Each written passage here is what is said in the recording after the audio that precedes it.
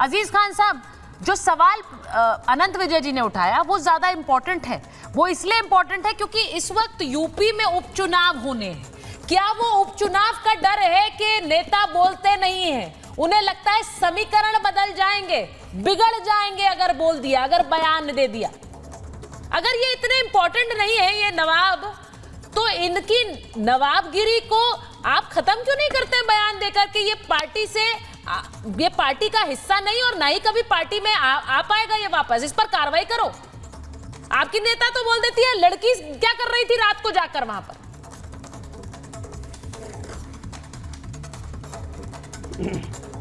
सुचेता जी, लगातार मैं जब से डिबेट स्टार्ट हुआ मैंने एक शब्द बोला कि मेरे पार्टी में यह नहीं है और ये इसने अपराध किया, इसको कड़ी से कड़ी सजा मिले।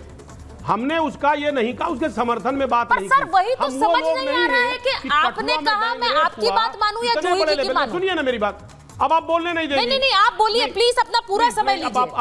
नहीं, आप पूरा समय लीजिए। मैं बस मैंने तीन लोगों की बयान इसीलिए सुनाए थे। बोल दिया आप मुझे बोलिए। अजीज साहब आप बोलिए, इस पर आपका बोलना ज्यादा जरूरी है बनिस्बत प्रेम शुक्ला या अनंत विजय का। बोलिए।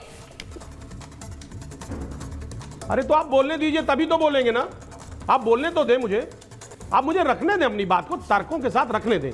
देखिए हमने इससे पहले यही कहा कि हम वो लोग नहीं है जो कठुआ में गैंग रेप हुआ और इन्होंने उस गैंग रेपिस्ट को किस तरह फूलमाला पहनाया और किस तरह घुमाया। आपने देखा बिल्किस बानो के हत्यारों को किस तरह संरक्षण दिया गया।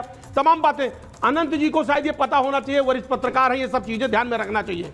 इनको ये भी ध्यान में रखना चाहिए, चुनाव की बात कह रहे हैं साहब, चुनाव है और ये चुनाव के मद्देनजर कहीं ना कहीं समाजवादी पार्टी को कटघरा में खड़े करने की कोशिश की जा रही है, कोशिश की जा रही है बड़े स्तर पे। वरना एनसीआरबी का आंकड़ा है, अनंत जी नोट कर लीजिए, 10 मर्डर पर डे आप समझिए उत्तर प्रदेश में आज हो रहे हैं। आप देखिए 3491, एक साल का पिछला आंकड़ा देखिए एनसीआरबी का, 3491 मर्डर एक साल में हुआ है, 3690 रेप एक साल में हुआ है per day, 11 rape per day हो रहा है।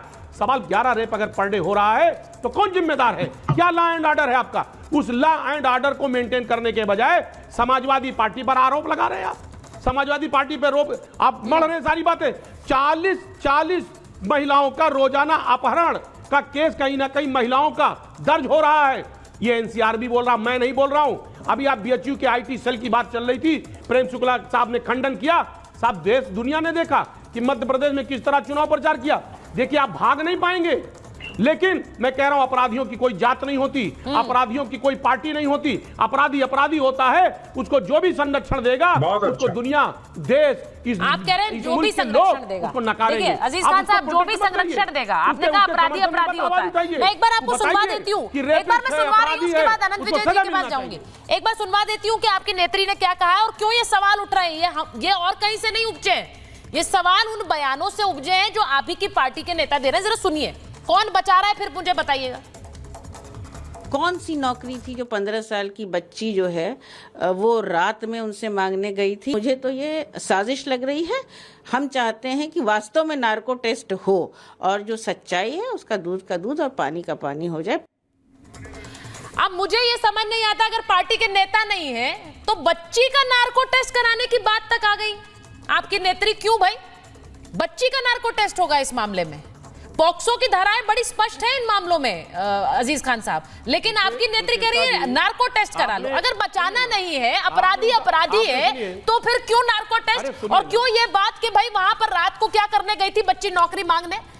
ऐसे बयानों से आप बच्ची को और उसके परिवार की जो छवि है उसे खराब करने की कोशिश करते हैं। ये दिखता नहीं है क्या? आपने बयान चलाया, मुझे बोलने का मौका दे। हाँ ठीक है, बयान चलाया, मुझे बताने दे। बोलिए। हमने ये बयान जूही सिंह जी का पूरा सुना है। ठीक है, आपने पूरा नहीं चलाया। मैं बताऊं, उन्होंने ये कहा कि इसकी जांच होनी चाहिए, निष्पक्षता से जांच होनी चाहिए, और ये भी कहा कि मेरे पहले के नेता थे, आज मौके पे नेता हमारे नहीं है, पार्टी से नहीं जुड़े। और अगर जांच की बात कहा जा रहा है तो क्या जांच करना कोई अपराध का काम है? नार्को टेस्ट किसका होगा? जांच नहीं करना चाहिए। वो भी तो बता दीजिए। नार्को टेस्ट भी तो सुना आपने, किसका नार्को टेस्ट करा रही है? प्रथम दृष्टया नार्को टेस्ट किसका करा रही है? जांच नार्को टेस्ट किसका करा रही है? अगर जांच गई तो क्या बुराई है? नार्को टेस्ट किसका करा रही है सर? अब आवाज नहीं आ रही होगी आपको। मैं कह रहा हूं जांच करने की बात अगर नार्को टेस्ट की बात कर रही है सर, जांच की बात नहीं कर रही है। एक बच्ची का, एक नाबालिग का नार्को टेस्ट कराओ ये बताने के लिए कि वो दुष्कर्म उसके साथ होने की बात सच्ची है या गलत है। वो कहीं झूठी कहानी तो नहीं बना रही है। किसका नार्को टेस्ट है अजीज खान साहब? नवाब से ये आप सोचिए जरा, आप सोचिए। मैंने फिर कहा पॉक्सो की धाराएं बड़ी स्पष्ट है इस मामले में। हो उसका नार्को टेस्ट होने में क्या बुराई है? अच्छा, नार्को टेस्ट कराने में कोई हर्ज नहीं है। एक बार अनंत विजय जी, अब आप सुनेंगी, आप जब आप खुद ही अनंत विजय जी, नहीं एक मिनट, मैं सुन ही रही हूँ सर आपको, क्योंकि क्या होता है अगर मैं कोई सवाल बीच में दाग दूं तो आप कहेंगे मुझे बोलने नहीं दिया जाता है। ये सबसे अच्छा डिफेंस है अपने लिए कि हमें बोलने नहीं दिया जाता। अभी आपने इतना लंबा बोला, लेकिन उसके बाद भी आप यही आरोप लगाए। नहीं दे रही, आप काउंटर करती जा रही है। क्यों नहीं करूंगी अनंत जी? एक सवाल जी, अब ये जो इन्होंने अजीज खान साहब ने कहा, मैं इस मामले में सिर्फ एक नवाब की बात नहीं है। मैं फिर कह रही हूं, जब वो ये कह रहे हैं अपराधी अपराधी होता है, लेकिन अपराधी अपराधी है, लेकिन जांच करो, नार्को टेस्ट भी करा लो और रात को क्यों गई ये भी बता दो। ये सारे आरोप लग रहे हैं, ये सारे सवाल उठाए जा रहे हैं। ये मैं अभी खान साहब को बहुत ध्यान से सुन रहा था। उन्होंने एनसीआरबी के आंकड़े मुझे बताए। मैं आज उस बहस में नहीं पढ़ूंगा कि 12 से 17 तक के एनसीआरबी के आंकड़े क्या थे, क्योंकि आज इस मसले को मैं बहुत गंभीरता से देख रहा हूं और बहुत संवेदनशीलता के साथ भी देखना चाहता हूं। एक बच्ची के साथ इस प्रकार की घटना हुई है और हमारा पूरा राजनीतिक समाज अपने मुंह पर असंवेदनशीलता का मुखौटा लगाकर सामने उतर गया है। मुझे तो बड़ी पीड़ा होती है इस तरह के चर्चा में भाग लेते हुए, और मैं आपको गुस्सा आ रहा है, बहुत गुस्सा जायज है। इस तरह की बात कि एक को कहो डीएनए करा लो, दूसरे को कहो नार्को करा लो, और उसको जायज ठहराया जा रहा है। जांच किसकी कराई जाएगी? मैं तो ये पूछना चाहता हूं, जो समाजवादी पार्टी के खान साहब मेरे फाजिल मित्र यहाँ बैठे हैं, उनसे पूछना चाहता हूं कि जांच किस बात की होनी चाहिए कि वो रात को क्यों गई, या जांच इस बात की होनी चाहिए कि वो कपड़े क्यों खोल के लेटा था और कपड़े क्यों पहन रहा था?